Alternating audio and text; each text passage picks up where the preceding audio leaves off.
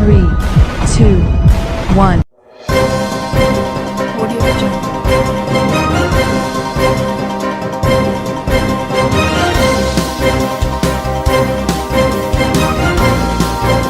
Audio Jungle. Audio Jungle.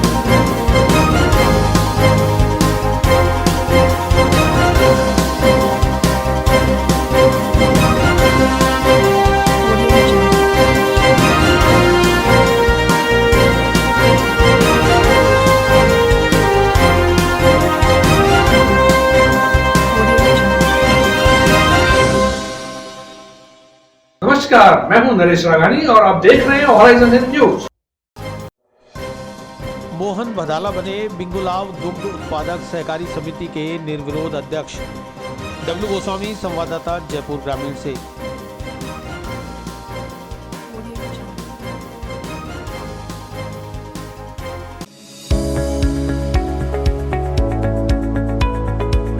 नमस्कार दोस्तों, मैं doctor Suresh Jaisinghani, consultant physician, Shubham hospital Vaishali Nagar से बात कर रहा हूँ। दोस्तों 96 में जेएलएन मेडिकल कॉलेज से एमडी करने के बाद मैंने अपना ये संस्थान प्रारंभ किया था। तब से विगत 25 सालों से हम लोग लगातार जनता की सेवा कर रहे हैं। हमारे यहाँ अन्य बीमारियों के अतिरिक्त डायबिटीज़, थायराइड और गठिया रोग की विशेष जाँच और परामर्श की सुविधा उपलब्ध है। अगर आप इन किसी भी बीमारियों से ग्रसित हैं तो आप हमसे परामर्श ले सकते हैं। धन्यवाद।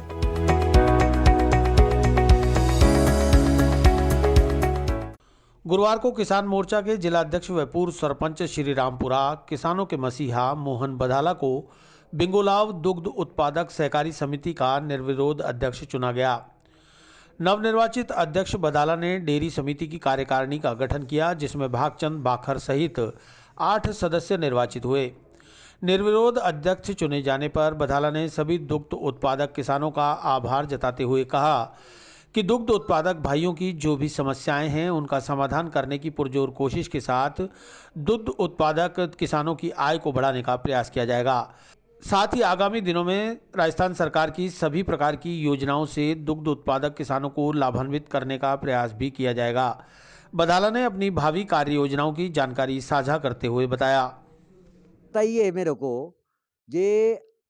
ये चुनाव जो आप निर्विरोध जीते हैं बिंगोलाब से, तो दूध डायरी के बारे में कुछ हमको संक्षिप्त के हिसाब से आप बताइए, ताकि मैं जनता के पास आपकी आवाज उठा सकूं।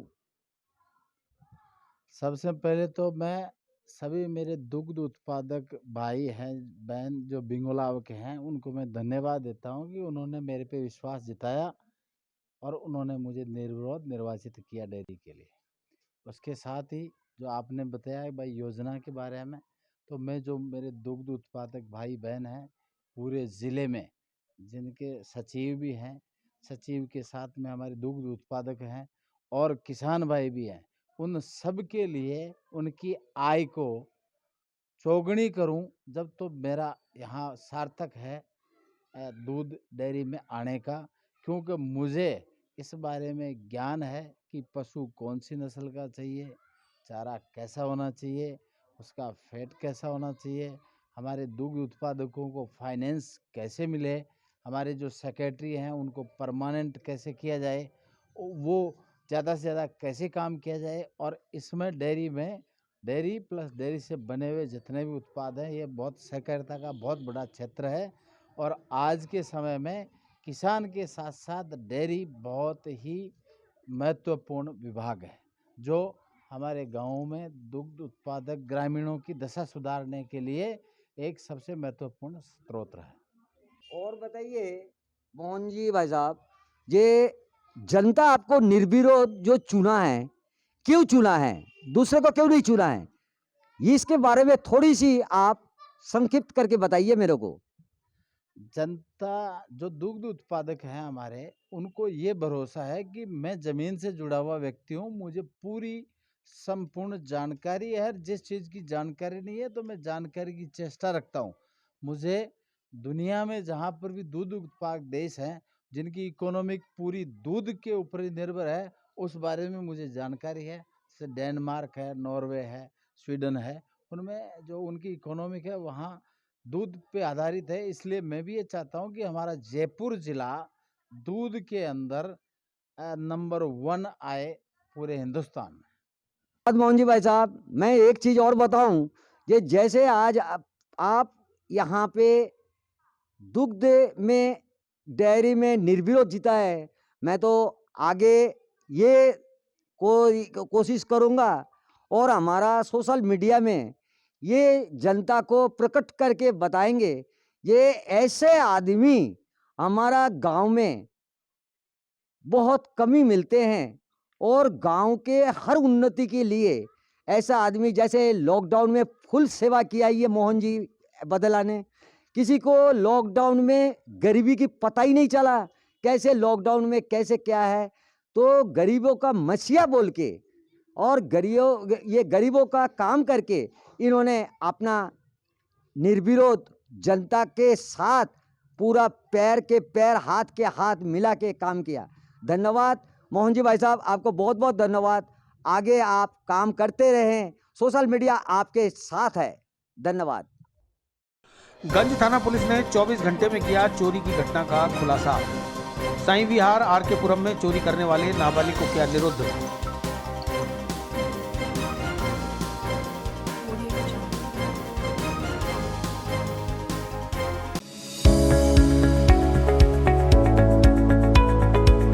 नमस्कार दोस्तों, मैं doctor Suresh Jai Singhani, consultant physician, Shubham hospital Vaishal Nagar से बात कर रहा हूँ। दोस्तों 96 में जेएलएन मेडिकल कॉलेज से एमडी करने के बाद मैंने अपना ये संस्थान प्रारंभ किया था। तब से विगत 25 सालों से हम लोग लगातार जनता की सेवा कर रहे हैं। हमारे यहाँ अन्य बीमारियों के अतिरिक्त डायबिटीज़, थायराइड और गठिया रोग की विशेष जाँच और परामर्श की सुविधा उपलब्ध है। अगर आप इन किसी भी बीमारियों से ग्रसित हैं तो आप हमसे परामर्श ले सकते हैं। धन्यवाद।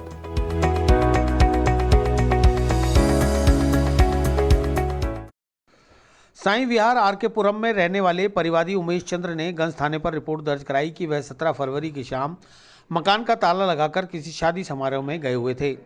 पीछे से अज्ञात चोरों द्वारा मकान का ताला तोड़कर एक लैपटॉप, एक ईयरफोन, चांदी के सिक्के और 1500 रुपये की नकदी चुरा ली।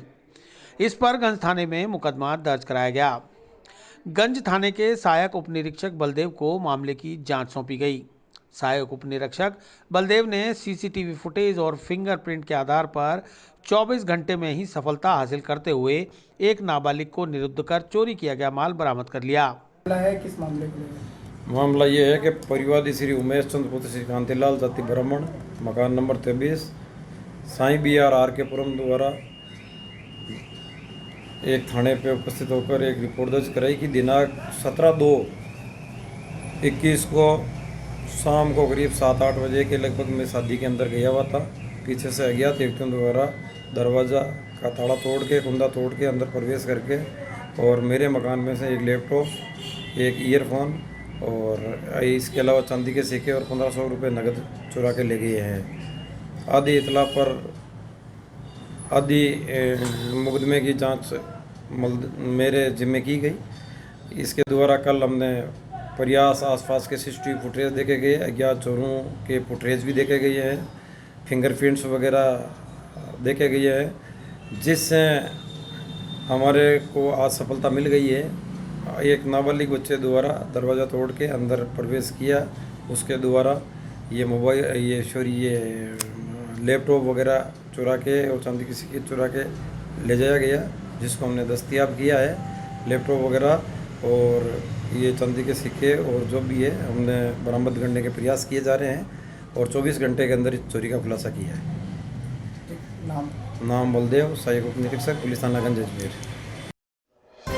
सहायक वन संरक्षक एवं फॉरेस्ट रेंज ऑफिसर ग्रेड 1 प्रतियोगी परीक्षा 2018 का दूसरा पेपर आज। एनवायरमेंटल साइंस का प्रश्न पत्र हल कर लौटे अभ्यर्थियों के चेहरे पर दिखी खुशी।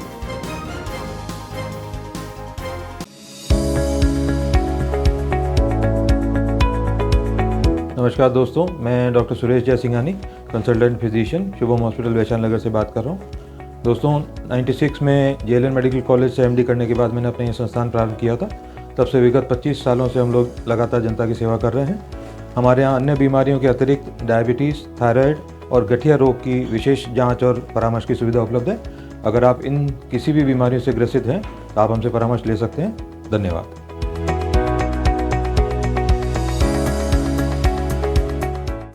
सहायक वन संरक्षक एवं फॉरेस्ट रेंज ऑफिसर ग्रेड 1 प्रतियोगी परीक्षा 2018 के दूसरे दिन आज एनवायरमेंटल साइंस का परीक्षा का आयोजन किया गया।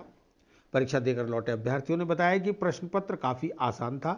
कुछ डेटाबेस प्रश्नों को लेकर जरूर असमंजस रहा, अन्यथा प्रश्न पत्र हल करने में किसी को कोई परेशानी नहीं हुई। गौरतलब है कि सहायक वन संरक्षक और फॉरेस्ट रेंज ऑफिसर ग्रेड 1 प्रतियोगी परीक्षा 2018 के पहले दिन गुरुवार को जनरल नॉलेज की परीक्षा में अभ्यर्थियों की उपस्थिति मात्र 30% ही रही। शुक्रवार को भी ऐप से वेरीफाई करने के बाद ही अभ्यर्थियों को परीक्षा केंद्र में प्रवेश दिया गया। इसके लिए अभ्यर्थियों को 1.5 घंटा पहले परीक्षा केंद्र पर पहुंचने के निर्देश दिए गए थे। पेपर एनवायरमेंटल साइंस का था, यानी इजी था आज तो पेपर। मतलब पास हो जाओगे? बिल्कुल। कितना परसेंट पेपर का? पेपर 90% कर गया हूँ। शुभ नाम आपका? जीतू जाट। मेरा नाम राहुल चौधरी है, मैं निवाई टोंक से आया हूँ और आज हमारा ACF-FRO का एग्ज़ाम था एनवायरमेंटल साइंस का। तो पेपर इजी टू मॉडरेट के बीच था। कुछ डेटाबेस क्वेश्चन थे जिनमें बच्चों को कन्फ्यूजन था, बाकी इजी था पेपर। स्कोरेबल था 100+। आज हमारे एनवायरमेंटल साइंस का एग्ज़ाम था जो कि पेपर नंबर 3 था। पेपर बहुत ही सिंपल था, इतना कुछ खास था नहीं, फिर भी काफ़ी अच्छा रहा। पुष्कर सरोवर में जलस्तर बढ़ाने और जलपरियों का जीवन बचाने की कवायद शुरू। भामाशाहों की मदद से खुदवाए जाएंगे 5 ट्यूबवेल। सरोवर किनारे घाटों से खाद्य पदार्थों की फड़ियों को हटाने का लिया निर्णय।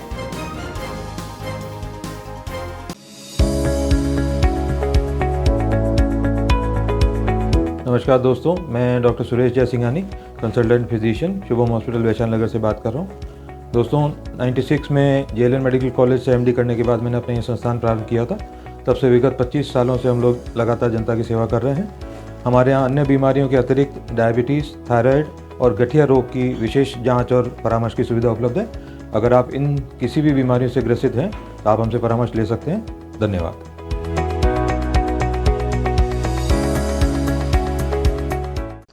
पुष्कर सरोवर में घटते जल स्तर एवं बढ़ते जल प्रदूषण से जलपरियों के जीवन पर उपजे संकट के निस्तारण के लिए आखिरकार प्रशासन की मंथनकारी बैठक आयोजित की गई। उपखंड कार्यालय में आयोजित बैठक में सरोवर का जलस्तर बनाए रखने के लिए भामाशाहों के सहयोग से 5 ट्यूबवेल शीघ्र खुदवाने, सरोवर किनारे घाटों पर लगी अनाज व अन्य खाद्य पदार्थों की थड़ियों को हटाने सहित कई महत्वपूर्ण निर्णय लिए गए। उपखंड अधिकारी दिलीप सिंह राठौड़ की अध्यक्षता में आयोजित बैठक में सबसे पहले सरोवर का जलस्तर घटने तथा मछलियों के मरने के कारणों पर मंथन किया गया।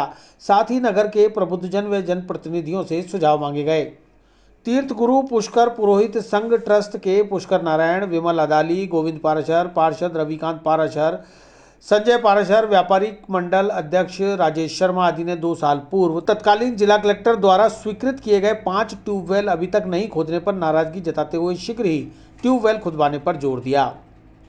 सामाजिक कार्यकर्ता अरुण पाराशर ने लंबे समय से माली मोहल्ले बद्रीघाट तक बंद पड़ी बीसलपुर पाइपलाइन को फिर से चालू कराने का सुझाव दिया।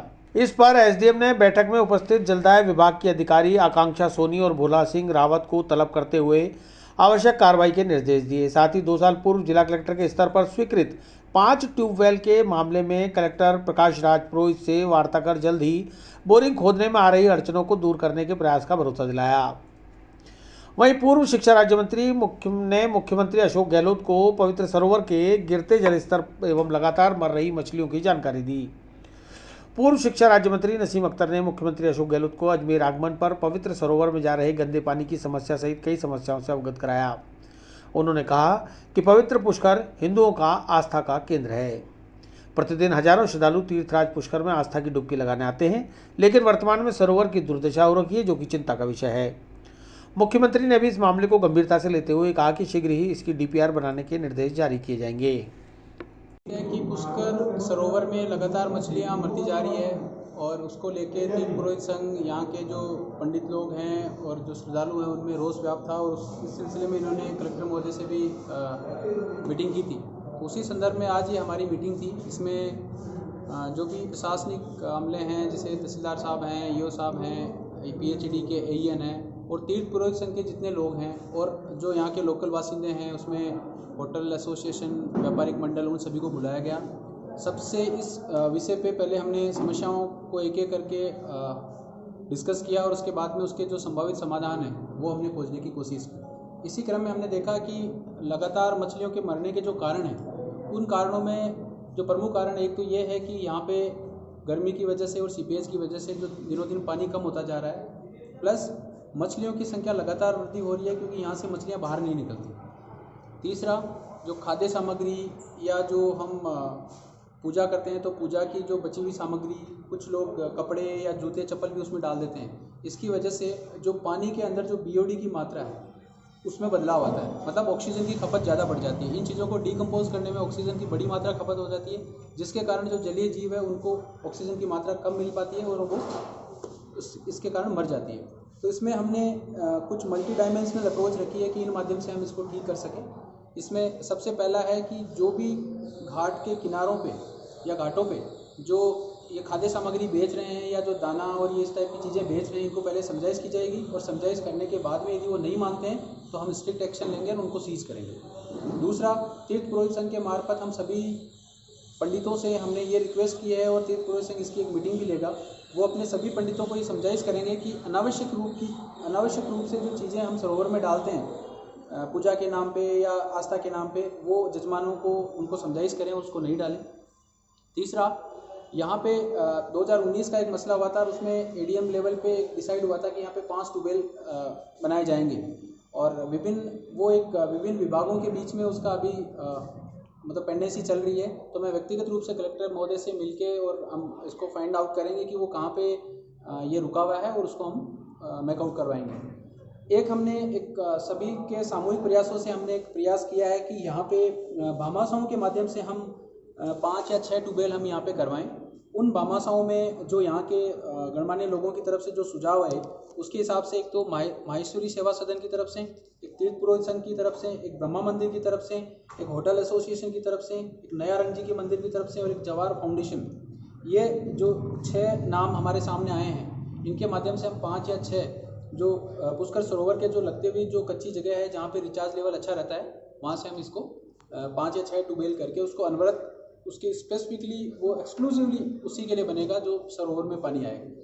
तो निसंदेह रूप से जब वाटर का इंटेक बढ़ेगा तो ये जो ऑक्सीजन की समस्या है ये भी सॉर्ट आउट होगी, मछलियों के मरने की जो समस्या है वो भी, उस पर भी निजात होगा। एक इसमें जो एरिएशन प्लांट लगा हुआ है नगर पालिका के माध्यम से, उसको भी अभी ठीक करवा दिया गया है। उसमें लगभग 800 मीटर पाइप, जो पहले पुराना पाइप था वो ख़राब होने की वजह से उसको नया पाइप लगा दिया जाएगा कल सुबह तक और उससे भी स्थिति सुधारने की संभावना है। ब्रह्म सरोवर जो आदि अनादि तीर्थ है जगत पिता ब्रह्मा जी का, वो आज अपनी दुर्दशा पे आंसू बहा रहा है। सरोवर का पवित्र निर्मल जल धीरे धीरे उसका जल स्तर कम होता जा रहा है।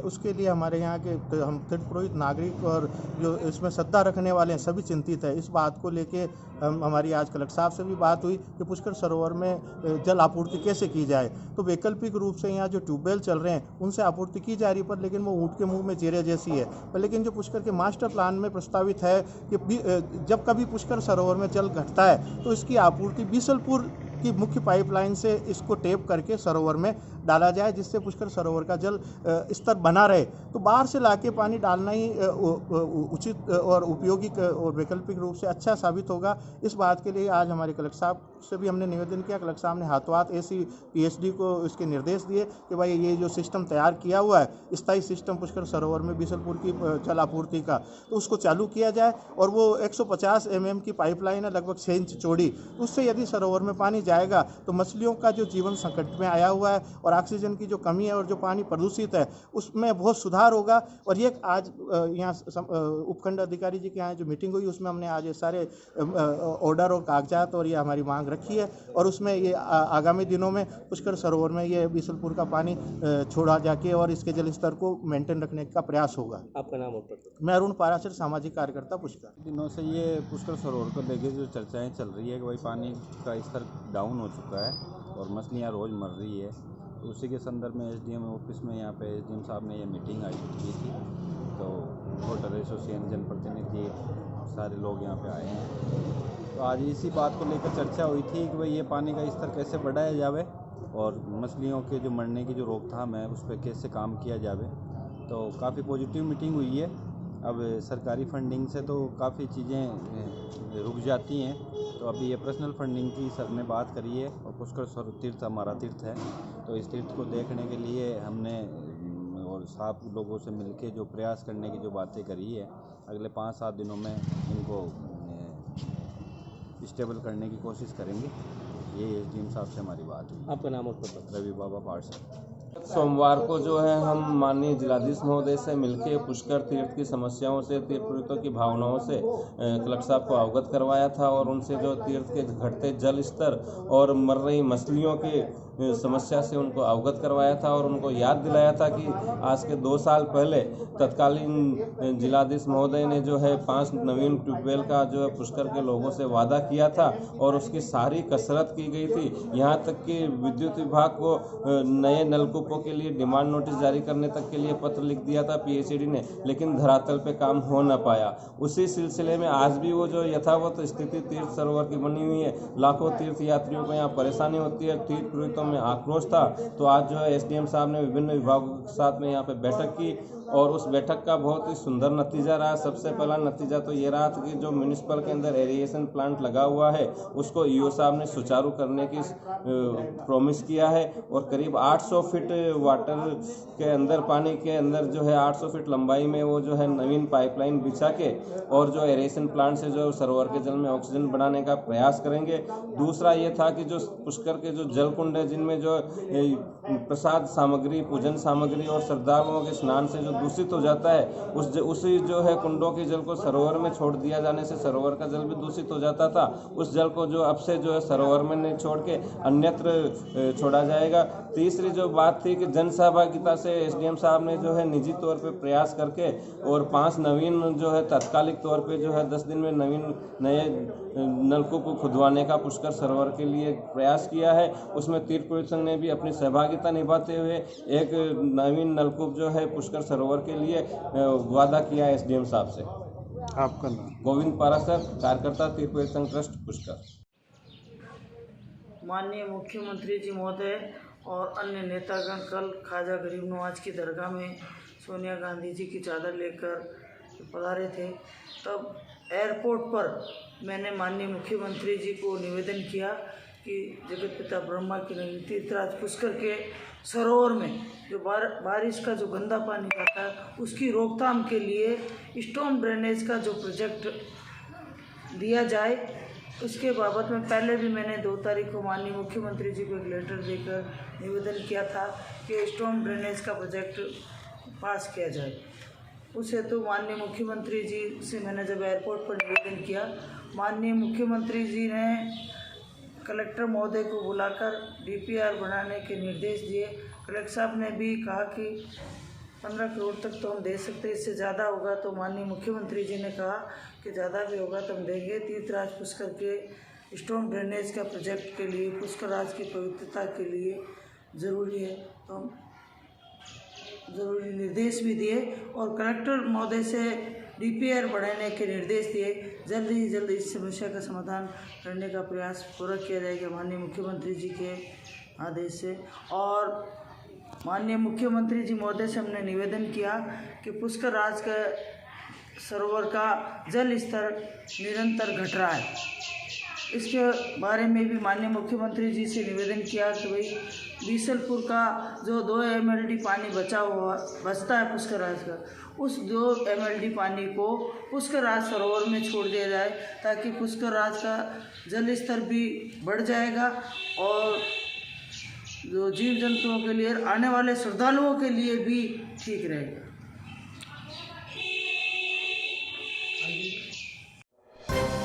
शिवाजी नगर कावाखेड़ा भीलवाड़ा से आई परिवादियों ने परिजनों से लगाई सुरक्षा की गुहार। अपनी मर्जी से प्रेम विवाह करने पर परिवार वाले दे रहे हैं जान से मारने की धमकियां।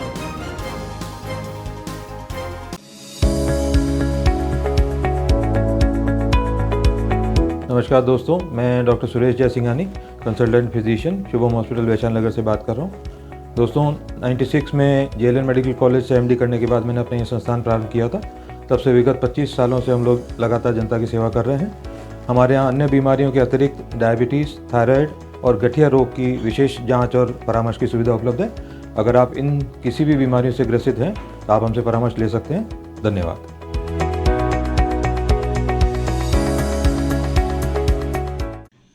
शिवाजीनगर कावाखेड़ा भीलवाड़ा की परिवादिया सविता रावत ने अपने शिवाजीनगर कावाखेड़ा भीलवाड़ा की परिवादिया सविता रावत ने अपने प्रेमी बलबीर सिंह चौहान से आर्य समाज में प्रेम विवाह कर लिया। लेकिन परिवादिया सविता रावत के परिजन इस विवाह से नाखुश हैं और वे लोग नवविवाहित युगल व उसके ससुराल पक्ष को जान से मारने के साथ ही झूठे केस में फंसाने की धमकियां दे रहे हैं। आज पुलिस महानिरीक्षक एस सेंगाथिर के समक्ष प्रस्तुत होकर नवविवाहित युगल ने अपने परिजनों से जानमाल की सुरक्षा की गुहार लगाई है। सविता ने बताया कि उसके परिजन पति बलबीर और उसके माता पिता को झूठे मुकदमे में फंसाने और जान से मारने की धमकियां दे रहे हैं। उन्होंने उसकी गुमशुदगी भी दर्ज करवा रखी है, जबकि उन्हें पता है कि हमने अपनी मर्जी से प्रेम विवाह कर लिया है। इसलिए भीलवाड़ा कोतवाली थाने को निर्देश देकर हमें सुरक्षा दिलाई जाए और परिजनों को पाबंद किया जाए। आईजी साहब से निवेदन है कि मेरे मम्मी पापा ने मेरे खिलाफ गुमशुदगी की रिपोर्ट दर्ज करवाई है, जबकि उनको पता है मैं मेरे पति सन्नी के साथ हूँ। मैंने मेरी मर्जी से शादी की है और मैं आईजी साहब से निवेदन करती हूँ मेरे पति और मेरी सास और मेरे को खतरा है, इसीलिए हमारे बयान नहीं दर्ज कराए। आपका शुभ नाम? कुल की रस्म के साथ ख्वाजा गरीब नवाज का 809वां उर्स हुआ मुकम्मल। कुल की महफिल और जुम्मे की नमाज में हजारों ज़ायरीनों ने की शिरकत।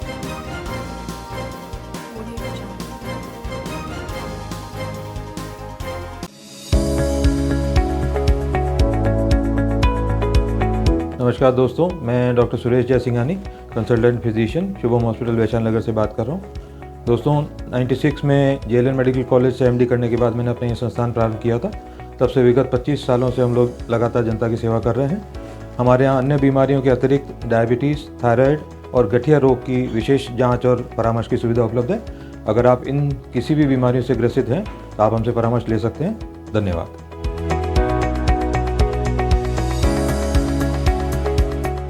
सूफी संत ख्वाजा मोइनुद्दीन हसन चिश्ती का 809वां उर्स मुबारक जुम्मे को छठी की कुल की रस्म के साथ औपचारिक तौर पर मुकम्मल हो गया।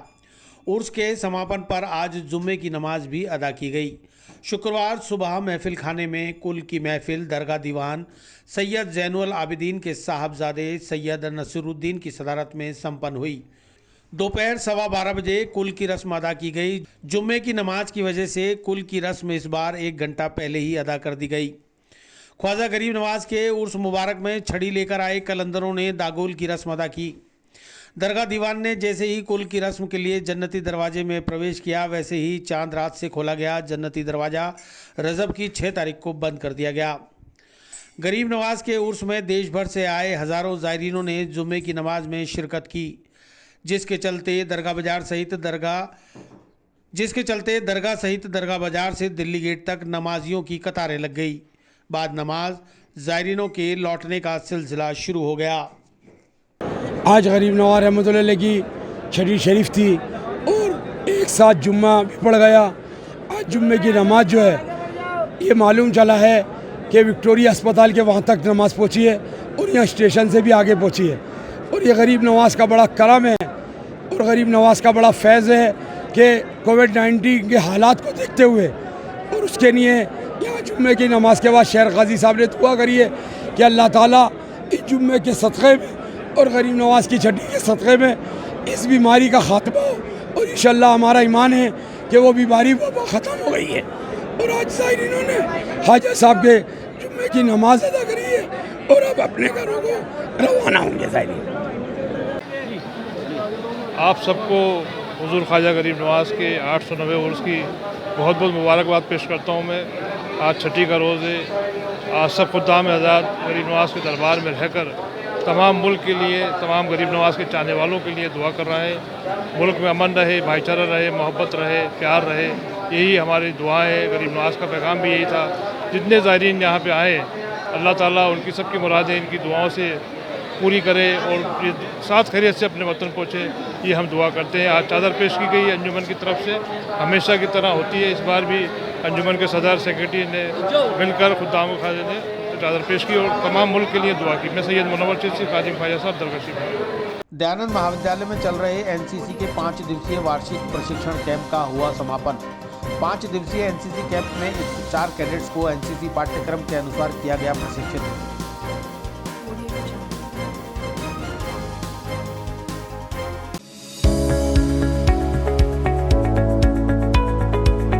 नमस्कार दोस्तों, मैं doctor Suresh Jaisinghani, consultant physician, Shubham hospital Vaishali Nagar से बात कर रहा हूँ। दोस्तों 96 में जेएलएन मेडिकल कॉलेज से एमडी करने के बाद मैंने अपना ये संस्थान प्रारंभ किया था। तब से विगत 25 सालों से हम लोग लगातार जनता की सेवा कर रहे हैं। हमारे यहाँ अन्य बीमारियों के अतिरिक्त डायबिटीज़, थायराइड और गठिया रोग की विशेष जाँच और परामर्श की सुविधा उपलब्ध है। अगर आप इन किसी भी बीमारियों से ग्रसित हैं तो आप हमसे परामर्श ले सकते हैं। धन्यवाद।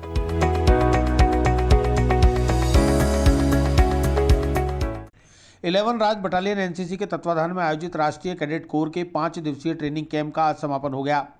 दयानंद महाविद्यालय में कैडेट्स ग्रुप कमांडर को गार्ड ऑफ ऑनर दिया गया। राष्ट्रीय कैडेट कोर के 5 दिवसीय कैंप के समापन समारोह में मुख्य अतिथि उदयपुर ग्रुप के group commander colonel BP Fernandes ने शिविर के दौरान उत्कृष्ट प्रदर्शन करने वाले कैडेट्स को पुरस्कृत कर उनकी हौसला अफजाई की। समापन समारोह में सांस्कृतिक कार्यक्रम के तहत एनसीसी के कैडेट्स ने रंगारंग प्रस्तुतियां देकर समा बांधा। इस अवसर पर 11 राज बटालियन एनसीसी के तत्वाधान में ग्रुप कमांडर कर्नल वी के बांगरवा को गार्ड ऑफ ऑनर से सम्मानित किया गया।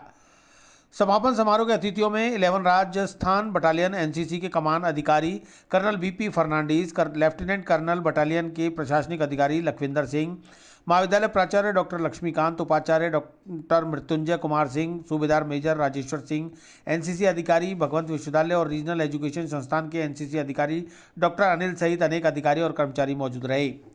दयानंद महाविद्यालय में आयोजित एनसीसी शिविर के समापन पर कैडेट्स को संबोधित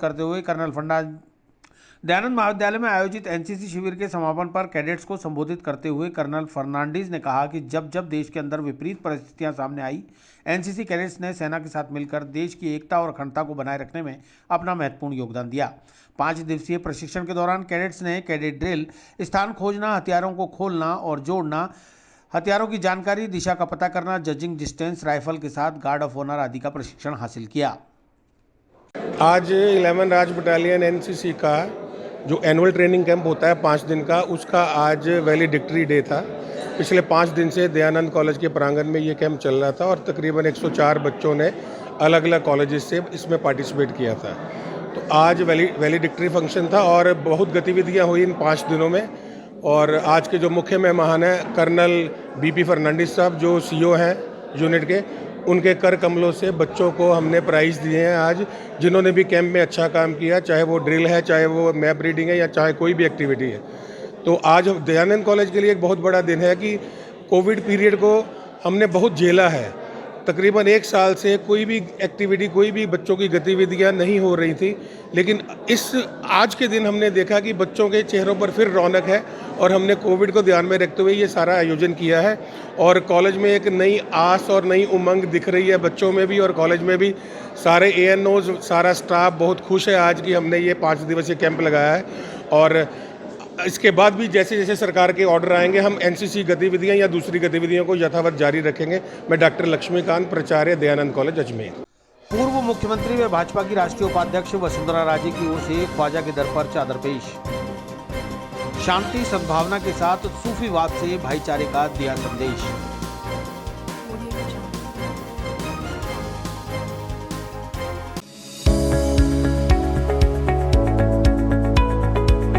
नमस्कार दोस्तों, मैं doctor Suresh Jaisinghani, consultant physician, Shubham hospital Vaishali Nagar से बात कर रहा हूँ।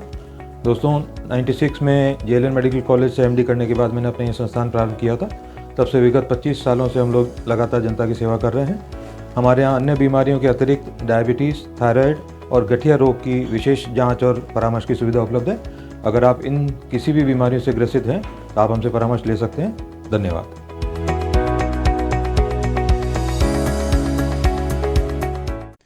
भारतीय जनता पार्टी की राष्ट्रीय उपाध्यक्ष व पूर्व मुख्यमंत्री वसुंधरा राजे की ओर से शुक्रवार को ख्वाजा गरीब नवाज की दरगाह में चादर पेश की गई। खादिम अफसान चिश्ती की सदारत में पूर्व परिवहन मंत्री यूनुस खान, दरगाह कमेटी के अध्यक्ष अमीन पठान, विधायक अनीता बघेल, पूर्व भाजपा देहात अध्यक्ष डॉक्टर बीपी सारस्वत, युवा नेता विकास चौधरी सहित अनेक भाजपा नेताओं ने चादर मजार शरीफ पर पेश की।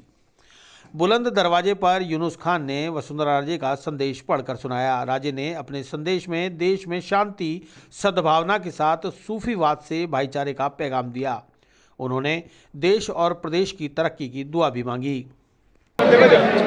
ख्वाजा मोइनुद्दीन चिश्ती की इस दरगाह में पूरे हिंदुस्तान की बहबूदी के लिए अल्लाह पाक परवरदिगार से दुआ करते हुए आज 809वें उर्स में ख्वाजा मोइनुद्दीन चिश्ती की चौखट पर हमारे प्रदेश की पूर्व मुख्यमंत्री माननीय वसुंधरा राजे जी, भारतीय जनता पार्टी की राष्ट्रीय उपाध्यक्ष, उनकी तरफ से आज चादर पेश की गई।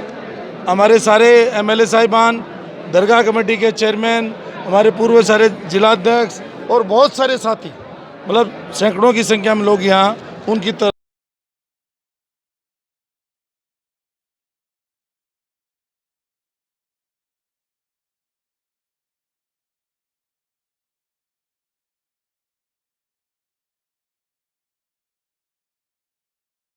अलैहि के 809वें सालाना उर्स के मौके पर दुनिया भर में उनके मानने वाले और मुरीदीन को मैं तहे दिल से मुबारकबाद पेश करती हूँ।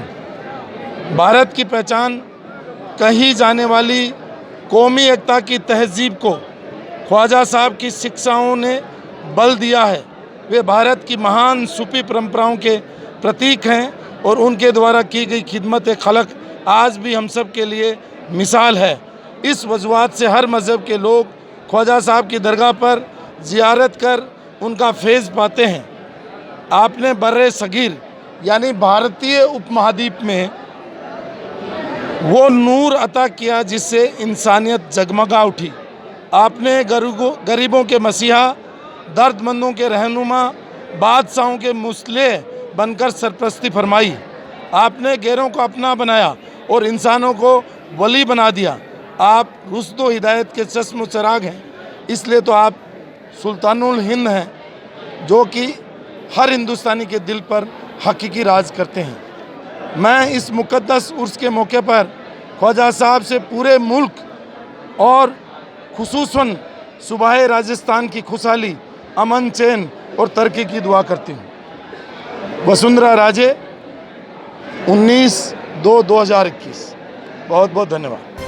वाल्मीकि समाज के धर्मगुरु महर्षि नवल की 238वीं जयंती मनाई।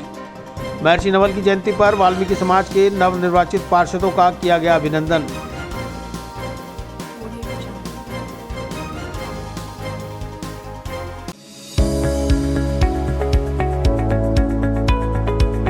नमस्कार दोस्तों, मैं doctor Suresh Jaisinghani, consultant physician, Shubham hospital Vaishali Nagar से बात कर रहा हूँ।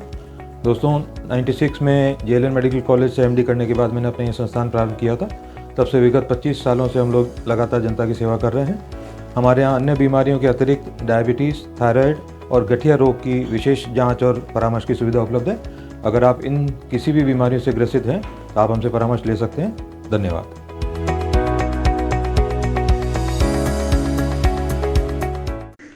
शुक्रवार को महर्षि नवल की 238वीं जयंती बड़ी श्रद्धा और उल्लास के साथ मनाई गई। वाल्मीकि समाज के धर्मगुरु महर्षि नवल की जयंती पर आज अखिल भारतीय सतगुरु मंत्रंग ऋषि नवल धर्म सभा की ओर से त्रिलोक नगर स्थित महर्षि नवल स्वामी रैन बसेरे में 5 बधावों के साथ आयोजन का शुभारंभ हुआ। इसके बाद अनेकों भजन मंडलियों ने मधुर भजनों की प्रस्तुति दी। इस अवसर पर सभा के महामंत्री रामस्वरूप पवार ने बताया कि नगर निगम चुनाव में वाल्मीकि समाज के नवनिर्वाचित पार्षदों का स्वागत और अभिनंदन भी किया जा रहा है। कार्यक्रम की मुख्य अतिथि महापौर ब्रजलता हाड़ा हैं। इस मौके पर वाल्मीकि समाज के नवनिर्वाचित पार्षद विक्रम तंबोली, अनिल ढंजा, नरेश सारवान और गीता लखन का अभिनंदन किया गया।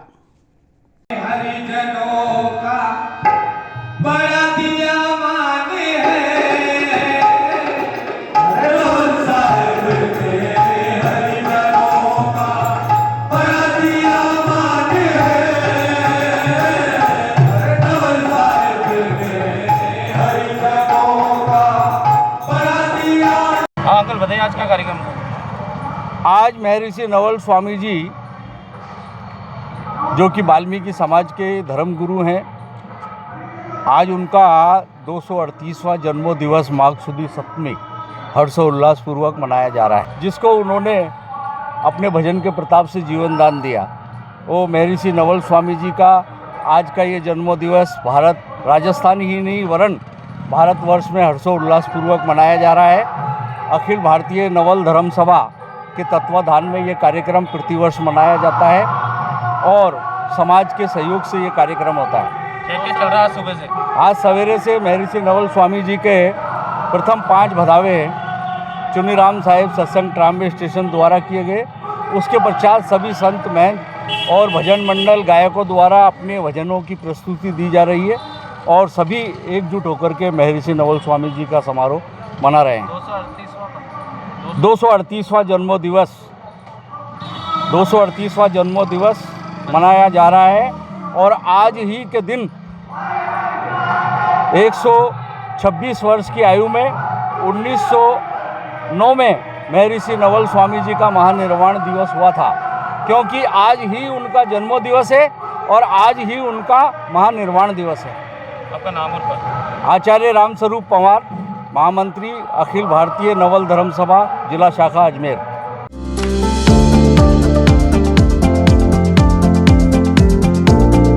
Mohan watch and mobile Ajmer शहर में 4 प्रतिष्ठान, आपकी अपनी मोबाइल की दुकान।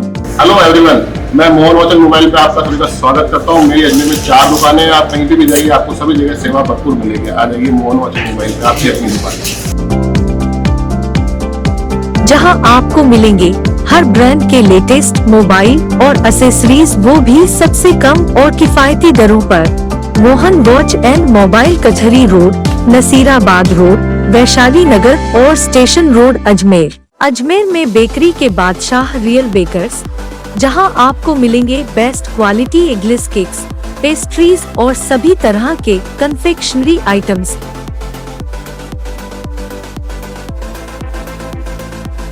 You tried the rest, now try the best.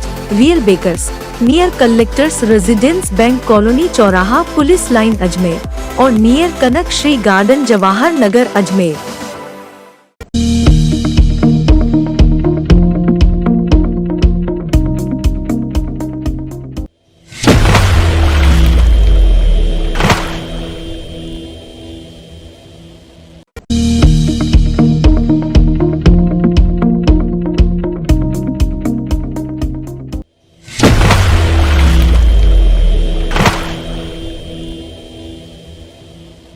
विस्तार से पढ़ने के लिए लॉग इन करें horizonn.com, सच के साथ।